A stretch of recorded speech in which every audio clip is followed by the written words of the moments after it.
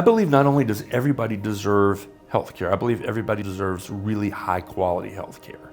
And I think you should get that high quality health care regardless of your insurance status, regardless of your citizenship. And that was where the idea for creating a Men's Health Foundation came. I think that there's always room for people who listen and who pay attention to the needs of the community and help to provide for those needs. That's how we set up the practice in West Hollywood, and that's exactly how we've expanded to South Los Angeles.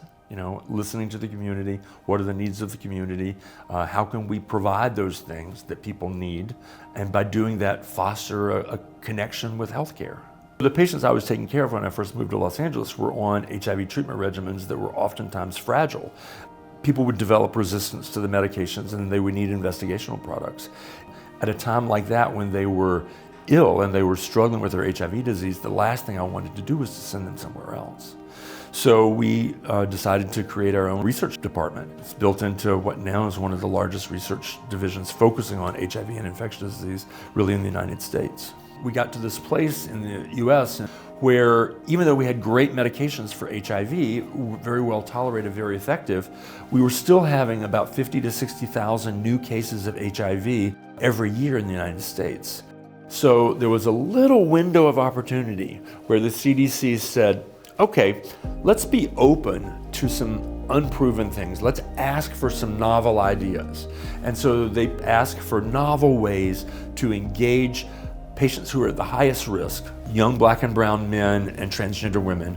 How do we get them to engage in healthcare? So we went back to the CDC and we said, here's what we want to do.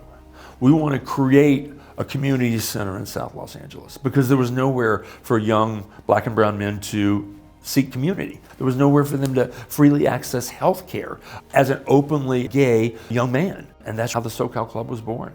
And that was the idea and the seed that grew into this facility that we have today. My idea was, okay, if I can build a place that men feel comfortable, then we can connect them to care, they'll stay connected to care, we'll do the screening test, and we can, either prevent them from getting cancer or diagnose it early enough that it's not a problem and put them at less risk for heart disease and help them to live longer, happier lives.